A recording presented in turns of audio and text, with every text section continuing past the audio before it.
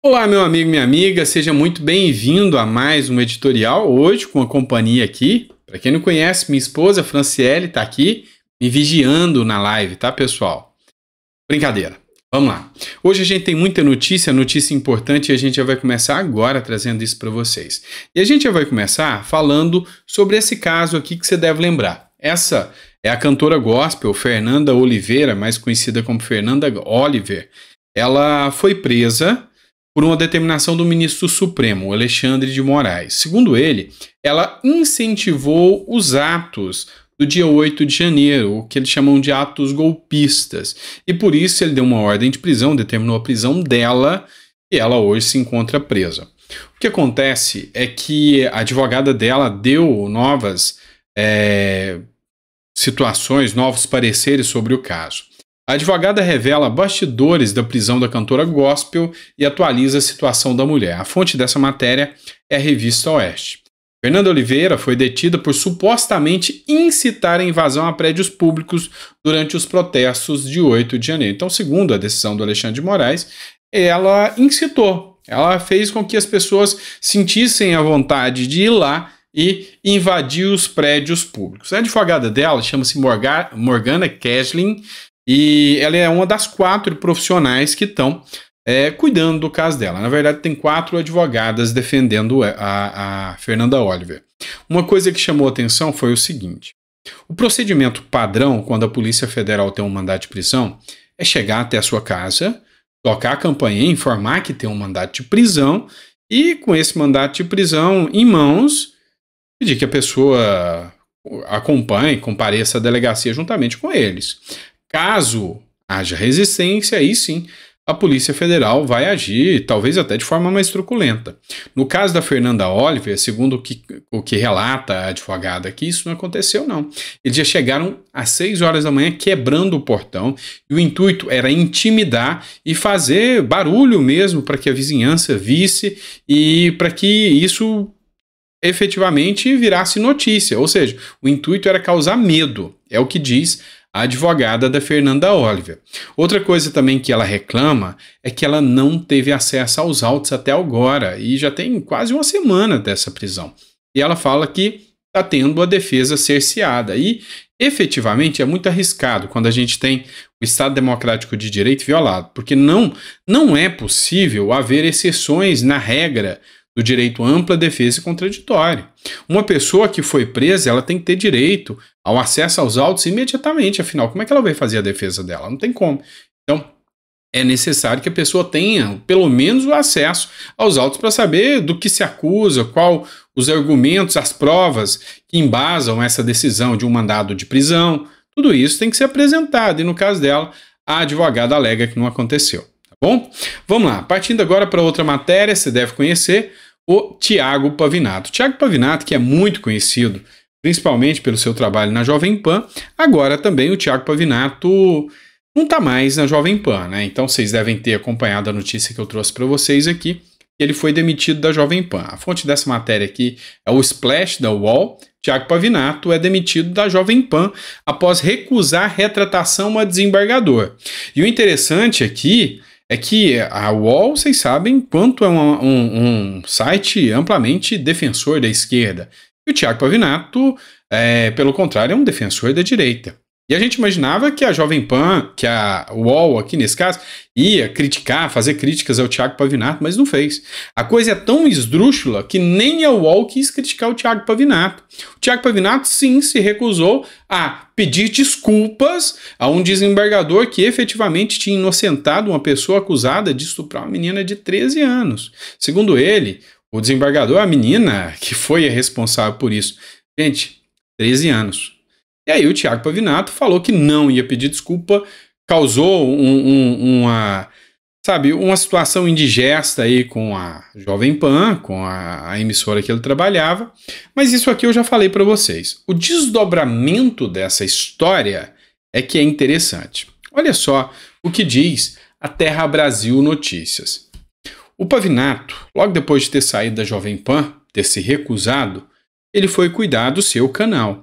E aí ele criou um programa, acho que até fazendo uma sátira aos Pingos nos Is, que é da Jovem Pan. ele colocou os tremas nos us. É o nome do programa que ele criou aqui, com certeza fazendo uma sátira da Jovem Pan, com certeza saiu com alguma mágoa da Jovem Pan em virtude do que aconteceu, e fez uma live. Só que olha o detalhe aqui, a primeira live de Pavinato tem audiência estrondosa e 500% maior do que os pingos nos is, programa em que era comentarista. Então, efetivamente, ele fez aí uma sátira com o nome, e eu gosto de ler aqui alguns comentários, né? O Alexandre Carniato escreveu: ele caiu, mas caiu para cima. Chupa Jovem Pan. Para você ver o quanto ele é querido. A Marília Oliveira escreveu: o sinal que a maioria deste país são pessoas de bem, de caráter. Errado é quem acha que não são maus e os maus prevalecerão nesse Brasil. Pois é. E também tem um outro comentário aqui, ó, do Alerta Moral, merecedor de todo o sucesso que tem, o Thiago Pavinato. E realmente, o Thiago Pavinato é um cara ímpar, né? A gente acompanha o trabalho dele aqui pelas redes sociais, eu não conheço pessoalmente, mas acompanho aqui pelas redes sociais. E o que eu achei interessante, olha só, eu tô gravando esse vídeo para vocês agora, às quase 7 horas da noite. A live dele, que é essa aqui que eu tô colocando na tela para vocês, teve já 1,1 milhão de visualizações em apenas um dia. Um recorde de mais de 105 mil pessoas ao vivo.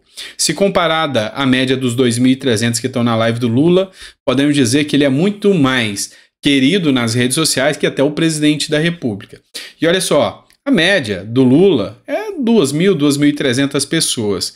Nesse momento tem uma marcada, que é os tremas dos us, do Pavinato, marcado para daqui a pouco, para 7 horas da noite, e 2,1 mil pessoas esperando para a live começar. Então, é sinônimo de sucesso, não tenha dúvidas, e dá-se a entender que quem perdeu nessa história foi a Jovem Pan. E o interessante é que logo depois que o Thiago Pavinato saiu da Jovem Pan, no outro dia a diretoria da Jovem Pan foi atrás do Lula em busca de patrocínio e se aliar às pautas do governo.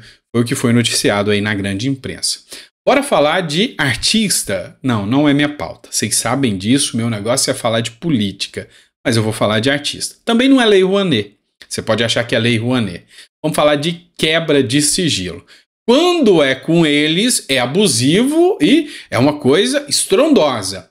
Quando é com a direita, foi pouco ainda. 2 pesos e 2 medidas. Mas olha só, para quem não conhece, essa aqui chama-se Tata Werneck. E aí, ela teve a quebra de sigilo das suas contas deferidas naquela CPMI que investiga o caso das Americanas, ela que fazia publicidade para eles, e aí a Tata Werneck chamou essa quebra de sigilo de absurda e vai recorrer à justiça para não ter a sua quebra de sigilo. E aí o que eu achei interessante é que quem fez essa postagem aqui foi o Mário Frias, que é deputado federal e era secretário de Cultura, e ele que trava uma briga aí com o pessoal da cultura, principalmente por causa da Lei Rouanet, do uso indiscriminado do dinheiro público para bancar coisas que não tem nada de cultura, efetivamente. E o Mário Frias postou o seguinte, ele escreveu: quando é com um militante master, é absurdo. Exemplos não faltam de onde isso está chegando e vai piorar a cada dia. E tem gente brincando de xingar muito no Twitter. Pois é. E aí, o que eu achei interessante aqui? Por quê? Estão fazendo uma verdadeira, um ataque, um limpa em todas as contas do Bolsonaro e da família Bolsonaro. Quebras de sigilo, ataques. Hoje a Polícia Federal foi na casa do filho do Jair Bolsonaro, Renan Bolsonaro. Teve muita coisa que aconteceu. E quando acontece com alguém, teve a quebra de sigilo hoje da Carla Zambelli, e aí isso ninguém da turma da lacrosfera, vamos dizer assim, dos artistas, vão falar que isso é absurdo. Só que vocês lembram uma coisa que eu sempre disse para vocês, digo para a imprensa, digo para os artistas, digo para os políticos e digo para você, cidadão que está me assistindo. A água uma hora chega no seu bumbum também. Aquilo que você vê acontecendo com os outros, se você deixa passar, mais cedo ou mais tarde vai acontecer com você. É por isso que tem essa distinção grande entre a direita e a esquerda. A direita pensa efetivamente no país, no coletivo. A esquerda pensa enquanto está do lado dela. Se eles estiverem no poder, não é ditadura, tá tudo bem. Agora, quando é um opositor que está no poder, mesmo que esteja fazendo para todos, é uma ditadura. Quando é a quebra de sigilo de alguém que não é deles, tá tudo bem. Quando atacam um humorista que não é muito da panelinha deles, como é o caso do Léo Lins, tá tudo bem. Agora, quando é alguém da turma deles, aí, meu amigo, é uma coisa absurda. E aí um monte de artista vai se solidarizar com ela. Pois é. 2 pesos, 2 medidas, Brasil da incongruência, você pode ter certeza. Agora eu vou trazer uma postagem para vocês, para mostrar para vocês quanto que eles distorcem as coisas.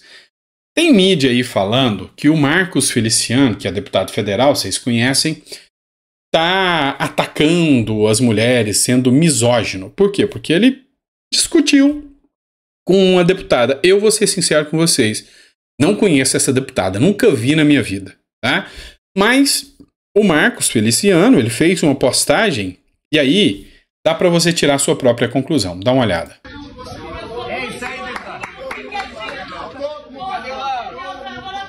sobre isso que eu quero falar. Senhor presidente, é sobre isso que eu quero falar. É sobre isso que eu quero falar. É sobre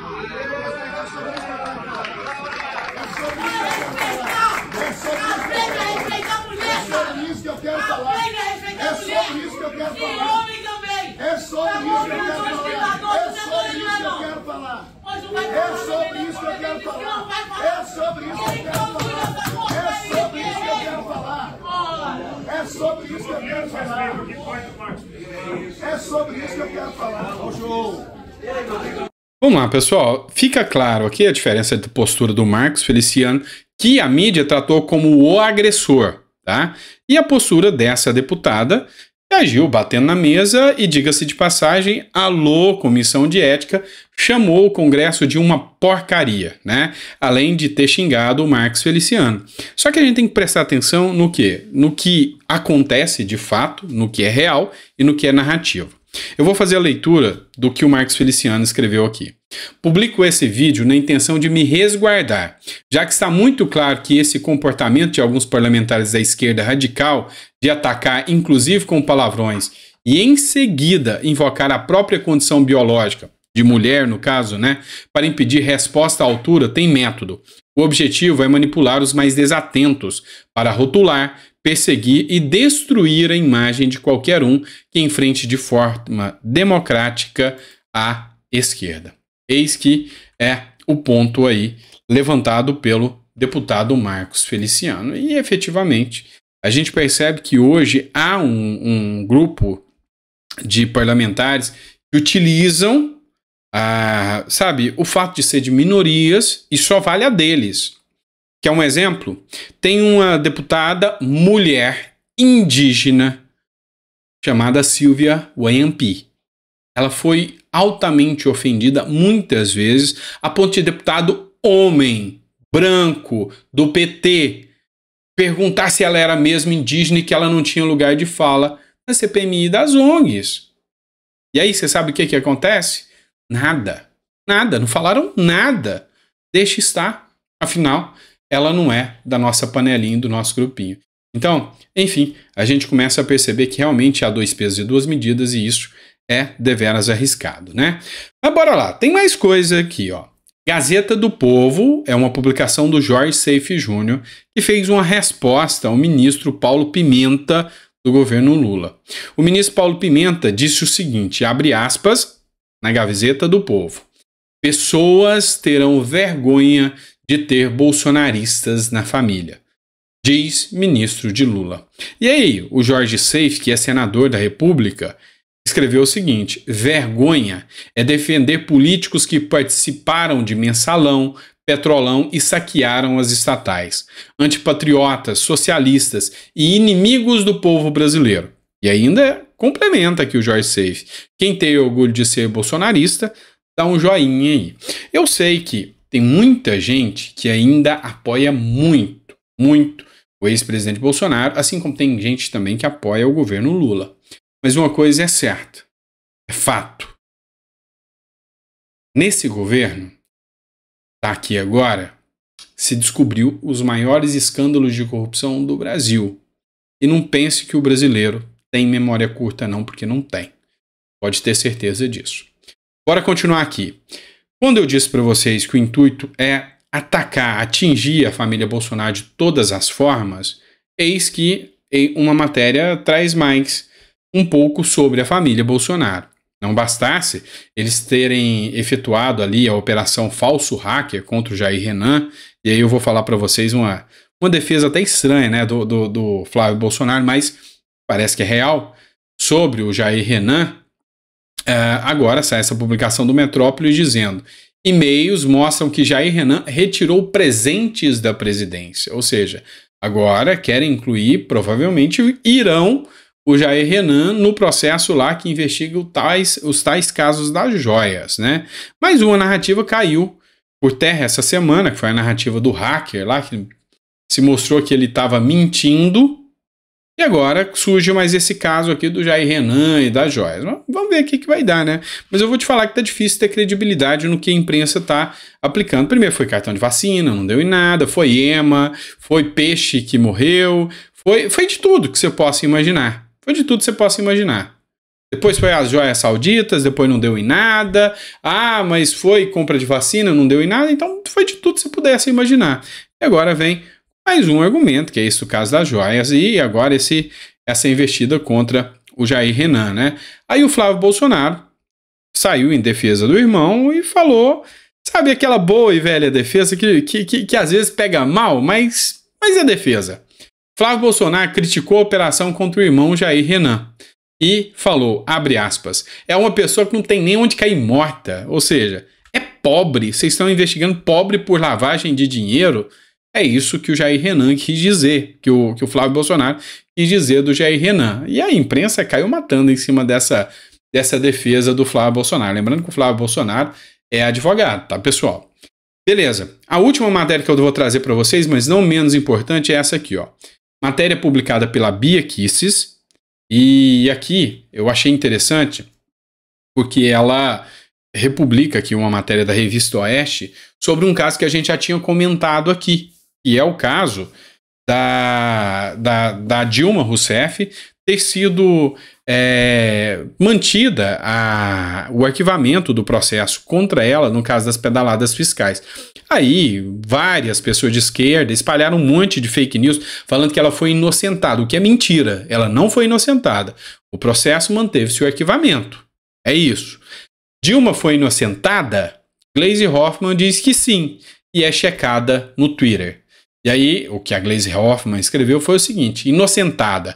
Nossa presidenta Dilma Rousseff foi inocentada no caso das pedaladas fiscais pelo TRF1. É a justiça sendo feita com uma mulher honesta e honrada, vítima da misoginia e da arbitrariedade. Não podemos esquecer que virou o Brasil depois de 2016.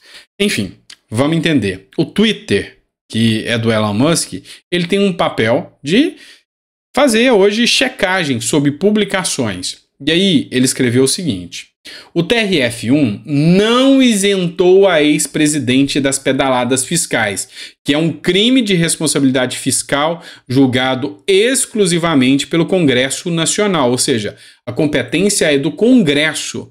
E foi isso que o TRF1 entendeu. Não é nossa competência aqui, eu não vou julgar isso.